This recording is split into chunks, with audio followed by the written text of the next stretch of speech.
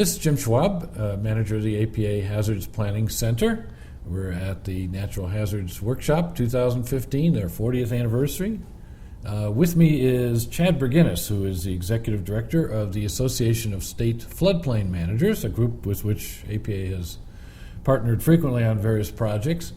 And we're here to talk about an interesting development on the federal scene earlier this year with the Obama executive order regarding floodplain management and the federal flood risk management standard developed by FEMA that is a complement to that.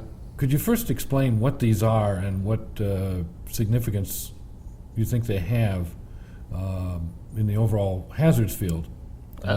Certainly, Jim. At the end of January, President Obama issued Executive Order 13690, which actually amended Executive Order 11988. As you may be aware, Executive Order 11988 has been with us since the late 1970s. And it was the federal government's executive order on floodplain management. So what President Obama's executive order actually did was revise that older executive order to include a new way of thinking about federal actions in floodplains. So the Federal Flood Risk Management Standard, which is a component of that executive order, identifies 3 new techniques and performance standards for all federal actions taken in floodplains. And so again, it's a revision to the longstanding Executive Order 11988, and it does apply to all federal actions. Okay, and then the Flood Risk Management Standard does what? So the Flood Risk Management Standard, let me go back to what EO 11988 was, because it had a de facto Flood Risk Management Standard, which was the equivalency to the National Flood Insurance Program Standard. Basically, new construction, buildings, things like that needed to be protected to the base flood or 100-year flood elevation. The Federal Flood Risk Management Standard actually changes that.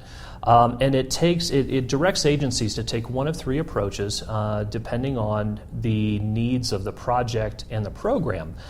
So the first of those approaches is called the freeboard approach. And basically for any action that is not considered a critical action, you build in a 2-foot freeboard, or essentially a height above the 100-year flood standard, to account for uncertainty, climate change, and those types of things. For critical actions, that needs to be a 3-foot freeboard. The second approach is actually called the 500-year standard, and it basically says that for any federal action, the protection level needs to be the 500-year standard. And then the third alternative is actually called the climate-informed science standard, and that basically requires that the flood protection standard be informed by the best available climate science in areas where we have that information. So example, in our coastal areas, Jim, we have good information on future sea level rise. And so the climate-informed science approach in a coastal area would fully account for the sea level rise impacts as well as any other climate change impacts that might occur. Okay, so let's explore, first, just for those who may be a little unclear on the terminology, when we talk about the 100-year flood standard, we're talking about something that is statistically deemed to be a 1% chance of occurring in a particular year. That's right, Jim. And actually there's people misinterpret that sometimes, where they think, geez, we just had a 100-year flood last week, we're safe for the next 99 years. And you're absolutely correct. It really is more about the statistical probability of an event happening, having a 1% chance of happening in any given year. Right, and so then 500 years, 1/5 of 1% chance, and so on. Correct. And you can play out the statistics from there. So from a planning perspective, how would you describe the significance? Because let me preface my question. One of the interesting things that I've seen is applying those statistics to, say, a 30-year mortgage on a new home built in a particular location. We're then talking about a 27% chance over those 30 years, because you multiply out, you compound those 1% chances, and suddenly you're looking at a pretty good chance of having something happen during the life of that mortgage, let alone the extended life of that house. That's correct. And recognizing that planners practice in a variety of ways within a community, it could impact planners in different ways. But I think two of the primary ways that the standard is going to impact planners, one would be direct federal projects where the federal government is actually undertaking development. So maybe there is a military base, a National Guard barracks that need to be built, and those kinds of direct federal investments. Those federal investments are going to need to comply with this new standard. And so inasmuch as the community planners are working with the federal agency to be aware of those three options and which option the federal agency is taking, I think becomes very important.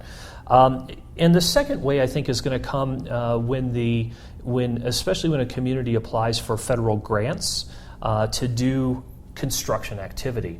One of the easiest examples, and one that we actually have confirmation from FEMA that the new standard will apply to, are the Federal Hazard Mitigation Grant Program. So the Hazard Mitigation Grant Program, Flood Mitigation Assistance, Pre-Disaster Mitigation. And those are programs where, depending on the program, it could be pre or post flood, funds are available to reduce the risk on buildings. So you might get funding to elevate a house that's in a floodplain that's at risk. And FEMA has come out with a fact sheet recently that had indicated that those projects will have to meet the new standards, even if local codes have a standard that's somewhat less than that. And so the planner is going to, again, need to be aware of the approach that's preferred by the agency and making sure then that grant applications and budgets and everything reflect any kinds of increases of cost of construction or larger building footprint or those types of things. So again, I think it's both in the direct federal investment arena as well as in grants where planners are going to need to pay particular attention. Yeah, so basically you have other standards at your local level. You can do what you want with your own money, right, your own local funds, but once you get into that arena of federal assistance or federal investments, you're in a different ballgame. And this is an area that I think there's a bit of confusion, but you characterized it absolutely correct.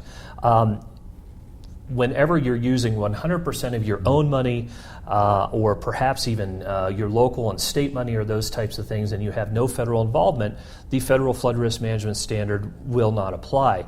But once you start bringing in some of that, even if the federal funding is just a small component, then the chances are increased greatly that that Federal Flood Risk Management Standard is going to apply.